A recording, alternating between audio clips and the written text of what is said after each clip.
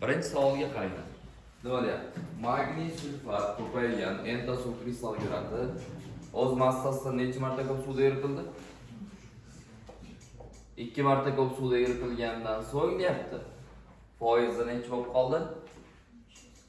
500 taqsim 99 500 taqsim 33 bo'lib qoldi. Xo'p. Kristal yuradi tarkibida kislorod atomlari soni topilsin. Mana bunday o'ylaylik. Magniy sulfat ko'paygan enta suv deylik. O'zini 1 mol desak, 120 grammmi? 120 grammimiz 500 taqsim 33% bo'lsa, 100%imiz qancha desak, eritmaning massasi chiqmaydimi? Buni hisoblash yo'liga e'tibor qiling, qarang. 120 ni ko'paytirasizda 100 ga. Bo'lasiz. Tak 500 taqsim 33 ku bu ifoda o'zgaradi. Ya'ni 120 ko'paygan 100 ko'paygan 33 taqsim 500 bo'ladi. Mana ikkovi qisqarsa necha qoladi? 5. Mana ikkovi qisqarsa-chi? 24. 24 ni 33 ga ko'paytiring. 3 tasi 720 30 tasi. Shundaymi? 3 tasi 72. 720 ga 72 ni qo'shsak 792. Xo'p, kristal gidrat o'zini massasidan necha marta ko'p suvda eritilgan? O'zi 1 bo'lsa qo'shilib necha marta ortgan massa? Demak, dastlab kristal gidrat undan 3 marta yengilroq. 792 ni 3 ga bo'lib bas. Demak, kristal gidrat 264 mi? Undan 120 magniy sulfatni ayirib tashlasak, 144 suv, 18 ga bo'lib yuborsak, 8 tasi. Demak, kristal gidratimizning formulasi magniy sulfat ko'paygan 8 ta nima? Suvmi? Jami kislorodlar soni so'ralyapti. Nechta ekan? 12 ta ekan. Jonlar, 12 ta ekan. Keyingi ikkinchi savol. Quyidagi tuzilishi berilgan modda nikotin tarkibida deyapti. Sigma va pi bog'lar sonining yig'indisini toping deyapti. Xo'p. Mana bu yerlarda nimalar bor? Vodorod, bu yerda ham vodorod, bu yerda ham vodorod, bu yerda ham vodorod bor. Mana bu yerda ikkitadan vodorod bor. Vodorod va sanab chiqdingiz, sigma va pilar bitta sanab tashlasak nechta bo'ldi? Yig'indisi 30 ta, pi bog' 3 ta, sigma bog' 27 tami? To'g'ri. Ammo shunday ikkala savol bor. 3 B moddani havosiz joyda qizdirsak A moddani yoqsak ham B moddani yoqsak ham bitta modda chiqyapti. Demak, allotropiyalar. Shundaymi? Fosfordagi qizildan, demak, oqdan qizilga o'tsa bo'ladi va qizilda oqqa aylantirsa bo'ladi. Shu joyini bilsa bo'ladi. Kitobda o'qisak ikkita leksiya yozilgan. Oqni qizdirsak qizilga, qizilni qizdirsak oqqa aylanadi maxsus usullarda. Ikkovida ham havosiz bo'lishi kerak, chunki havo bo'lsa yonib ketib qoladi. Endi mana gugurt yonishidan eslaymiz. Gugurt yonishida gugurtni yonboshidagi rang qanaqa? Qizilmi? Demak, qizil fosfor yonsa, A qizil, B demak qanaqa fosfor ekan? Oq fosfor ekan. B modda uchun noto'g'ri deyapti. Kristal panjara turi molekulyar. B modda demak oq fosfor bo'ldimi? Molekulyar to'g'ri. Atom degan gap xato, zaharliligi to'g'ri, qorong'ida shu'lalanishi to'g'ri. Javob ekan? B javob ekan.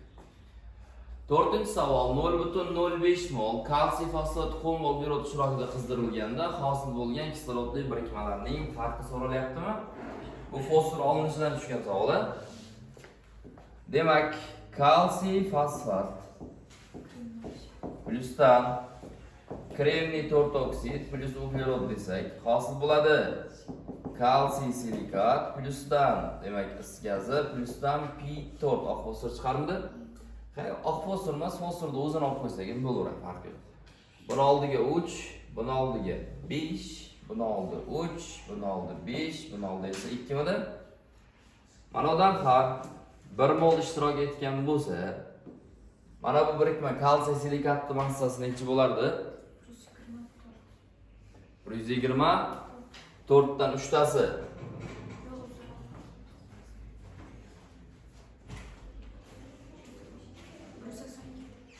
124 karo 372 bo'ladi. 372 gram. Is gazini 5 tasi 140 gram. Birdan ayirmasini qo'ysak ham bo'ladi yoki 0.05 moldagilar topib olib keyin ayirsak ham bo'ladi. yarmini 10 ga bo'lingan. 372 ni yarmi 186. 10 ga bo'lsak 18.6. 140 ni yarmi 70, 70 ni 10 ga bo'lsak 7. Demak 18.6 dan 7 ni ayirsak 11.6. Xato qildinglar deyman. Kalsilikat boshqatdan hisoblan qolmasin. 40 28 qo'shsak 68, 68 28 qo'shsak 148 ekanda shu. Demak 17.4 17.4 dan 7 ni ayirsak 10.4 ekan. Aldasizlar. Bo'ldimi?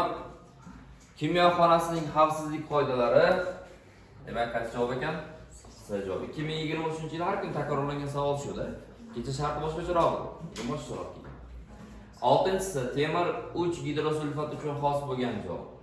Mana gidroksid degani uchun xato, 12 ta oltin gugurt bor degani uchun xato, kislorod 12 ta, tuzlarga kiradi degan to'g'ri, kislotalar sinfiga kiradi degan xato. Tushunarlimi? 7-si hosil bo'lgan cho'kma mis2 gidroksidmi? Uni molar massasi 98. Demak, 8-savol zo'r savol. Eritmalar mavzusini ishlaganimizda aynan shu savol kitobchamizda ham bor deb bilasizlar. Endi bu mana bunday formula bilan ishlashimiz kerak bo'lgan narsa. Ya'ni molyar konsentratsiya ko'paygan molyar massa teng foiz ko'paygan 10 ta zichlik degan formulamiz bormidi? Endi oddiy proporsiyali tenglikni tushsang bo'ladi, qiyin. Tayyor formula bor-ku. Demak, molyar konsentratsiya necha ekan? 0.36. Demak, molyar massa 40, foiz konsentratsiyasi x, formulada 10 bor, zichligi ham x da. Ikon ko'paytmasi 14.4 teng 10 ta x ning kvadratiga. X ning kvadrati teng 1.44, x teng 1.44 ning ildizi 1.2. Demak, foizi ham 1.2, zichligi ham necha bo'lgan? 1.2. Endi yulduzchaga qo'yamiz, qarang.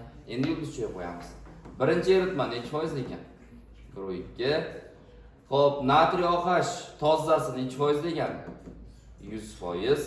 Tayyorlagan eritmamiz 20.96%. Tushundingmi? 100 dan 20.96 ni ayirsak 79.04. 20.96 dan 1.2 ni ayirsak 19.76. Kim sezgan bo'lsa, ikkovi 4 ga 1 nisbat degan. Bildinglarmi shuni? Ya'ni 20 ga ozgina yetmayapti, 80 ga ozgina yetmayapti-da. Xo'p, ketdik.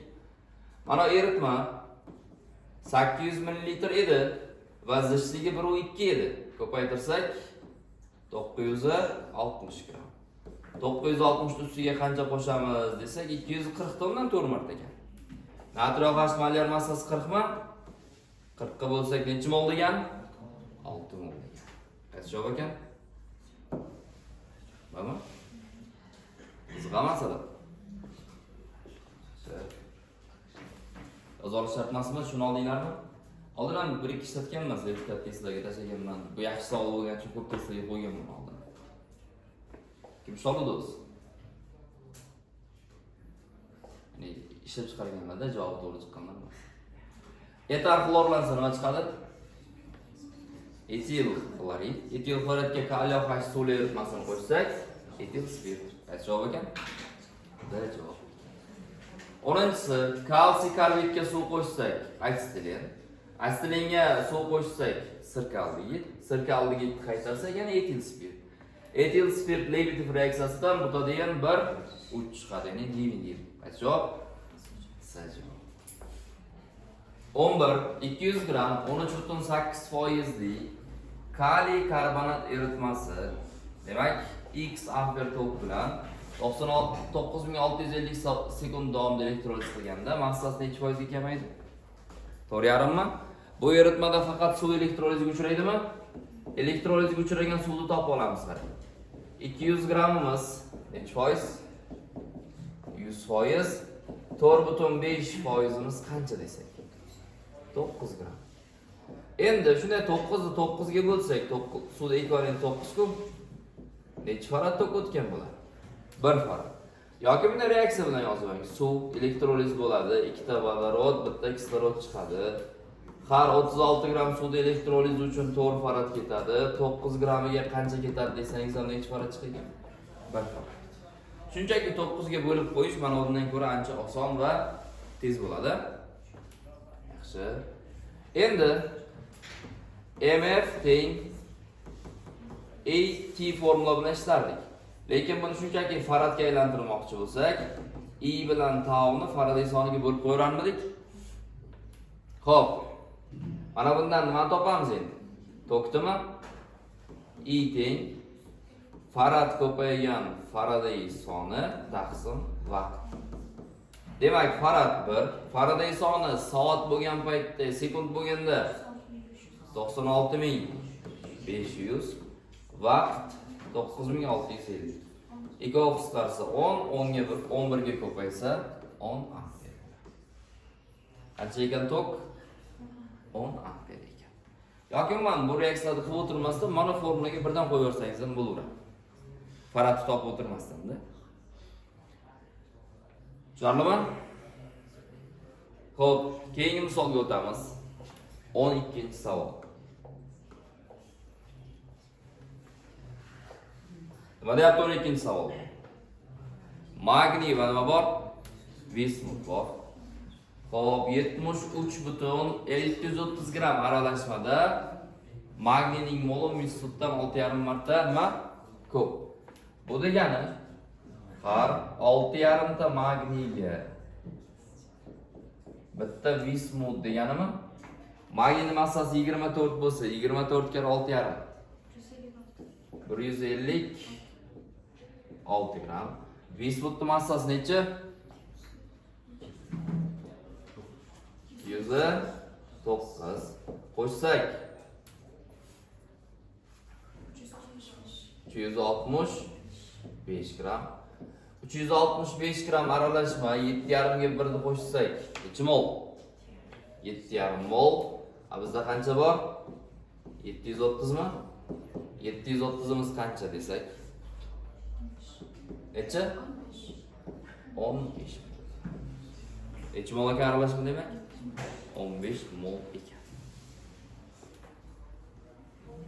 Bo'ladimi?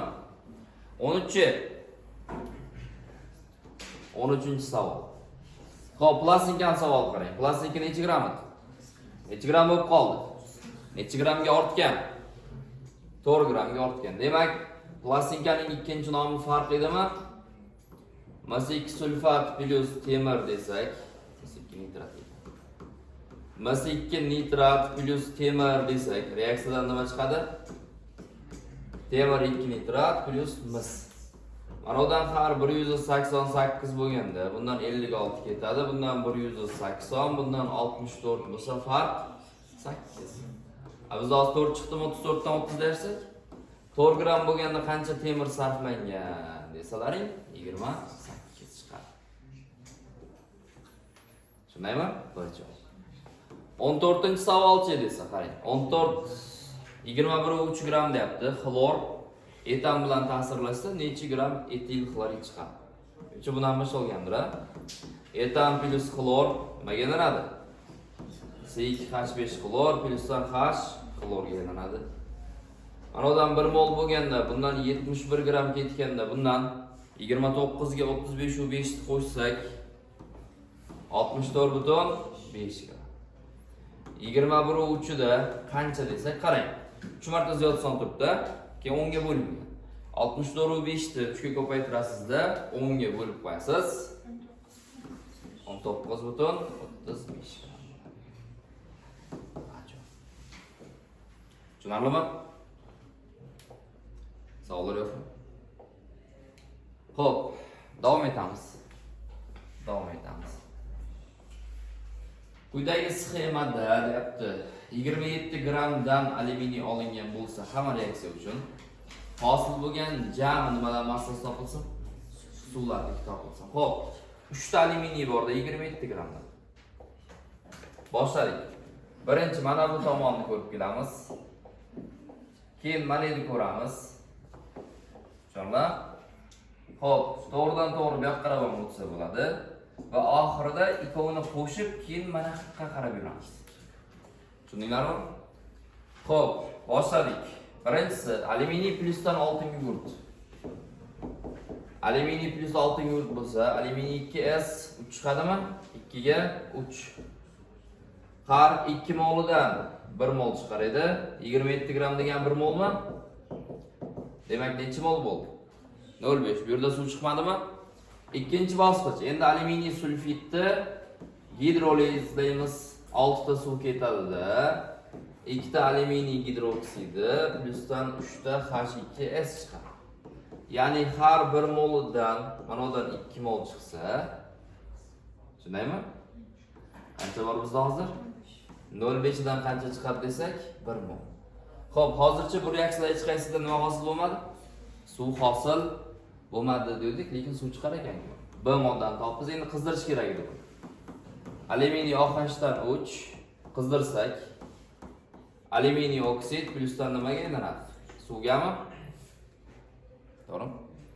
Demak, buni oldiga 2, buni oldiga 3. Demak, har 2 molidan, bu necha mol? 3 mol. Shundaymi? Bizda 1 mol bor. Uni qizdirganimizda necha chiqadi? 1,5 mol. Ujubidan 1,5 mol chiqdi. Endi qarang.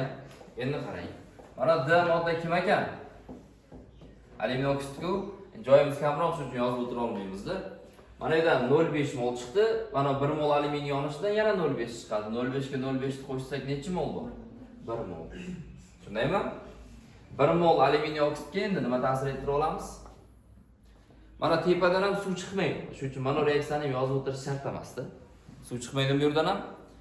Shu natriy alyuminiy oksidga demak natriy OH ni qo'shamiz va chiqqan birikmaga sulfat soda qo'shamiz. Ikkovidan ham suv chiqadi.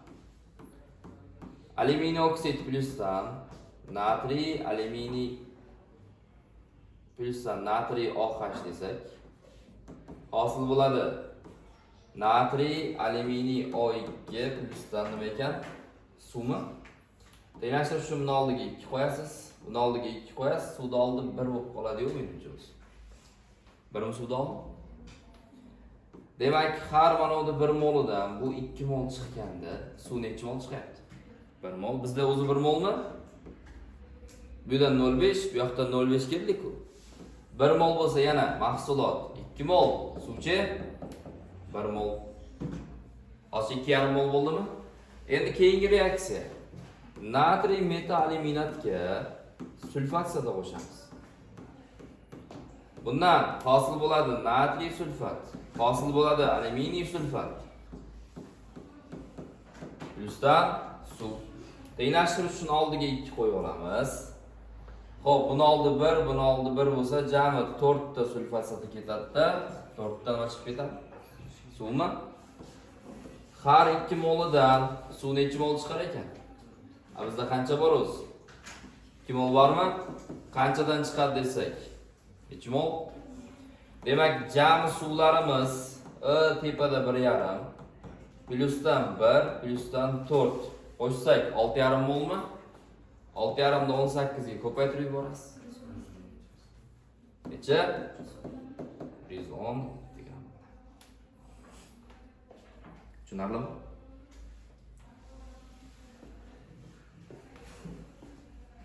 Savollar yo'qmi?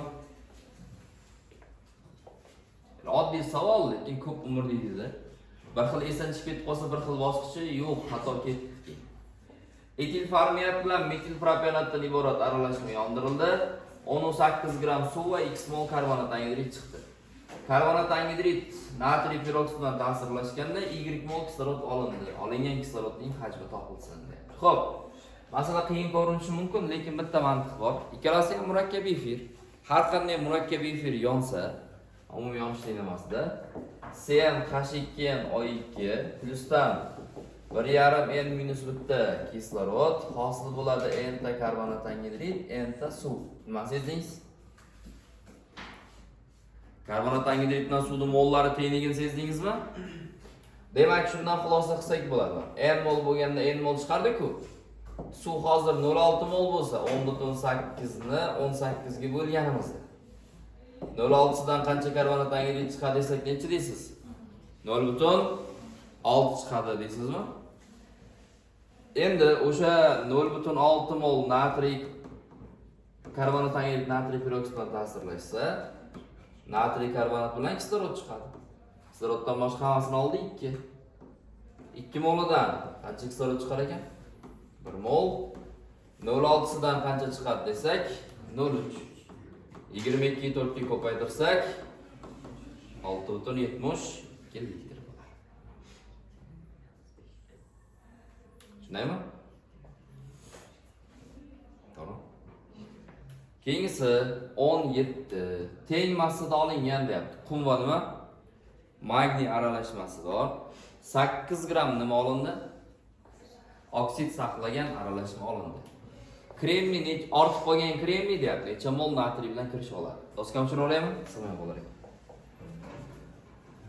Xo'p, teng massada olindi degan jumlasiga e'tibor qilasiz. Boshladik. Magniy plusdan kremniy 4 oksid. Hosil bo'ladi magniy oksid va kremniy. Buni oldi 2, buni oldi 2. Ya'ni har 48 gramiga bundan 60 gram ketganda, bundan 40 gram chiqar edi. Ikkitasi 80 gram chiqar edi. Bundanchi 28. Bizda hozir necha gram chiqyapti? 8 mi? Demak, kremniy 2,8 gram. Nima krem 4 oksiddan 6 gram. Bundan esa 4,8 gram ketdi. Teng massada olinish uchun magniy ham demak necha gram olingan bo'lgan? 6. 6 dan 4,8 ketsa 1,2 gram nima qildi? Ortdi. Qizdirilgan paytda magniy ortmasdi. Magniy nima bilan reaksiyaga kirishib qo'yadi? Kremniy bilan kirishib qo'yardi-da, magniy silisidga aylanib ketarmidi? Har 48 ga necha ketardi? 28. 1,2 ga qancha desak?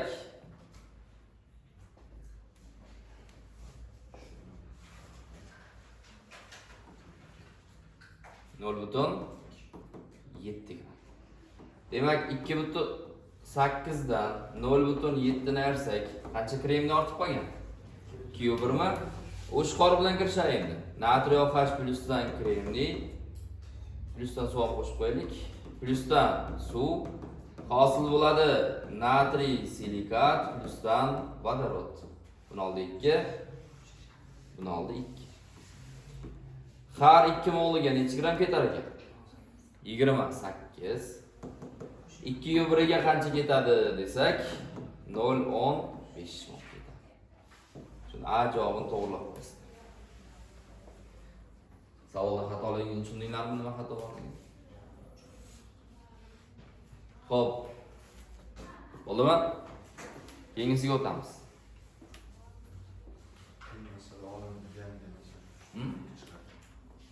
Nima deyapsiz? Agar kremniyni 208 ni hammasini kirishtirganlaringni 0,2 chiqadi. Lekin magniy bilan kremniy kirishib qo'yibdi reaksiyaga. Shu paytgacha hamma misolimiz shunaqa edi-ku. Bu ham shunaqa bo'ladi. Bo'ldimi? Omma yo'qmi? Xo'p, x gram natriy sulfid, kaliy yodat va sulfat soda ishtirokida reaksiyaga kirishdi. Nimalar chiqdi? Reaksiyaga qarang. Natriy sulfid KSO3 plusdan kaliy yodat plusdan sulfat soda ta'sirlashdi. Nimalar chiqqaniga o'zlari aytgan. Hosil bo'lyapti kaliy sulfat plusdan natriy sulfat. Demak, yod va nima chiqdi? Suv chiqdi. Elektron balans qilamiz. Qarang. Mana bu +4 dan nechaga o'tyapti? +6 gami? Nechta elektron yo'qotyapti? 2 ta. Yod esa +5 dan nechaga o'tyapti? 0 ga o'tyapti. Har biri 5 tadan 2 nechta bo'lyapti? 10 ta. 10 bilan 2 qisqarmaydimi? Qisqaradimi? Qisqaradi, 1 ga 5 bo'ldi. Va balans nimaga nechiga tushsa qarang. Mana bu oldi 5, mana bu oldi 1. Buni oldi 1 degani yo'lda 2 ta bo'lgani uchun buni oldi 2 degani. ikkitadan bitta kaliy sulfat, 5 ta natriy sulfat, bitta yod. Jami buni o'zi oltin yurt o'zi bilan yuribdi. Kaliy sulfat uchun bitta ketgan, suv ham nechta chiqadi? Bitta chiqadi. Xo'p, mana bundan har 5 mol bo'lsa, olingan tuzlarning farqi necha mol hosil yurdi? 4 molmi? 0,02 molga farq qilsa, dastlabki natriy sulfat necha mol olingan desalaring 0,025 mol. Uni natriy sulfitni massasiga ko'paytirasiz. 80 ga 46 ni qo'shsak 126 mi? 126 ga ko'paytirsak 3,15 gram bo'ladi. Tushunarlimi? Tez yozib. Yozish shart emas. Tushundinglarmi? Ketmasin. Ketdik. Quyidagi qatorda proton, elektron, neytronlar yig'indisi qanday o'zgaradi desa topdinglarmi? 1 kamayadi, 2 o'zgarmaydi. Fosfordagi bilan H2S bilan pH3 tengda. Kremniy H4 da kamayadi. Demak, 1. Natriy sulfit, natriy 2S mi? Kuchli asos, kuchsiz kislotadan tuzilgan. Demak, anion bo'yicha gidrolizaga uchraydi, muhit ishqoriy bo'ladi. Nima? 22 po oilaga mansub metal massalar desa, najobli metallar turibdi-da, shuning uchun xato. S javob bo'ladi. 40 ta oltin yogurtni massasiga teng massa desa, 32 ta argonmi? Javoblar tekshirib chiqasizlar bittalar. 23 0,8 mol atom tutgan ammiakka deyapti. Fosfin qo'shilgandan so'ng 10,2 gram aralashma olindi. Qo'shilgan nimani hajmi topilsin?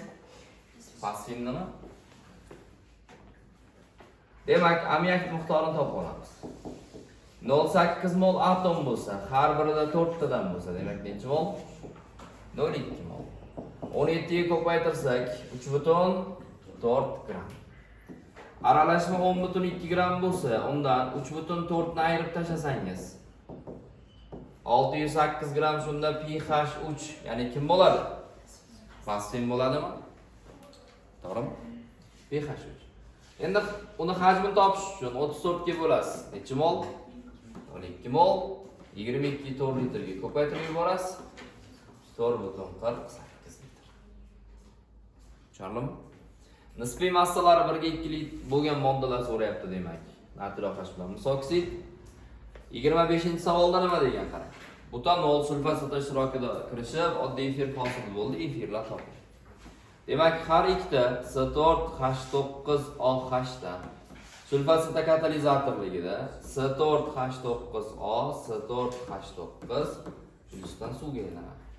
Ikkita butan oldi massasi necha?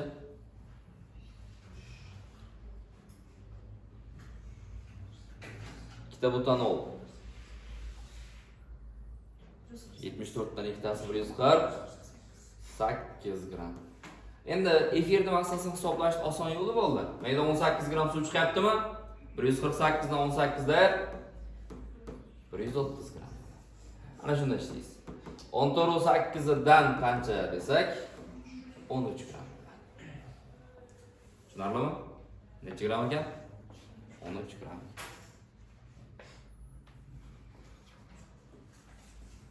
Bo'ldimi? Xo'p, 26 ni mana yozursak bo'ladi. 3 mol natriy eritildimi? X millilitr eritmada dissotsialanish darajasi 70% bo'lsa, 3,07 ga ko'paytiramiz. 2U1. Shundaymi? 2U1. Nima bu? 2U1 nima?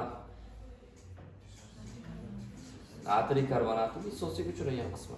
Uni dissotsiyaga uchratsak, natriy karbonatdan 2 ta natriy plus, bitta karbonat 2 minus chiqadimi? Har birida 2, nechsida? 2,1 dan qancha desak, 4,2 bo'lar. Shundaymi? 4,2 nima bu? Natriylar. 0,7 molyarlik-ku bo'lib yuborsak 6 litr. Ya'ni millilitrda 6000 millilitr bo'ladi. Tushundinglarmi? Xo'p, davom etamiz. 27-savol qarang. A, B deyapti. Moddalar 12 moldan olindi. O'rtacha tezlik 4, 60 sekunddan so'ng A, B ni ortib qolgani S ning hosil bo'lganiga teng bo'lyapti-da. Tushunaymi? Demak, A plus B S reaksiya bo'lsa, tushunaymi? S reaksiya bo'lsa. Endi necha moldan olindi? 12 dan olindimi? X mol kirishib X chiqaryapti. Demak, 12 minus X plusdan 12 minus X teng nechiga? X ga. Tushunaymi? Endi nima qilamiz? Tenglaymizmi? 24 minus 2x teng x ga. X bu yoqqa o'tsa 24 teng 3x. X teng nechi? 8. Tushunaymi? Demak, necha reaksiya kirishgan? 8 mi? Har 4 mol taqsim litri 1 minutda kirishsa 8 mol qancha vaqtda kirishadi desak nima bo'ladi? 2 minut bo'ladi. Tushunaymi? To'g'rimi? Xo'sh, endi mana bu qatorni tekshirib chiqamiz. Xo'sh, qancha kislota bor? 0,1 mi? 0,1 ni 0,7 ga ko'paytiring. 0,07 uni 1 litrga bo'lib yuboring. 0,07 chiqdi. Demak, birinchi qator to'g'ri ekan. Ikkinchi qator 0,15 endi modda to'la dissotsiyalangan deb o'ylayapmiz. 0,15 ni 0,1 ga ko'paytirsak 0,015 uni 2 litrga bo'lsak 0,075. Demak, ikkinchi qator xato. Uchinchi qator sirka kislota 0,3 dan 0,05 ga ko'paytirsak 0,15. Tushunaymi? To'g'rimi? Uni 0, nechiga? 5 ga bo'lib yuborsak 0,15 emas, 0,015. Ikkita 0 bor-da. Uni 0,05 ga bo'lsangiz 0,0 chiqadi demak, 3 to'g'ri. O'z-o'zidan 4 xato. 1 va 3-chi qatorlar to'g'ri ekan. C javob. Mana tushundingizmi? Ko'paytirasiz va hajmga bo'lib ketaverasiz. 29 0,4 mol ishqoriy metal oksididan, ishqoriy metal desa bir valentli oksiddan tushunaveramiz. Demak, metal oksid plyusdan nima bilan ta'sirlashdi? Sulfat kislota bilan. Metal sulfat va nima chiqadi? Suvmi? Har manodan 0,4 mol bo'lsa, undan chiqayotgan tuz 69,6 gram. Biridan qancha desak? 174 dan 96 ni ayirasiz 78, 2 ga bo'lib yuborasiz 39 gram. Tushunaymi? Oxirgisi glikozid bog' degani glyukoza bog'langan bo'lishi kerak, a? Xo'p, va boyagi alfa glyukoza bor-ku, alfa birinchi uglevod. Ana shundan bog'lanishi kerak. Glyukozada yo'q, kraxmalda bor, laktozada yo'q. Glikozid emas, laktoza. Xo'p, ribozada yo'q, monosakkarid. Sellozada bor. Xo'p, pektin bu kraxmal bitta shakli-ku, bor. Glitseralda bitta yo'q. Demak, nechilarda bor ekan? 2, 5, 6 bor. Tushundingmi? Saxarozada bormi? Saxarozada bor. Saxarozada, maltozada ham bor. Maltozada ham bor, saxarozada ham bor. Tushunarlimi?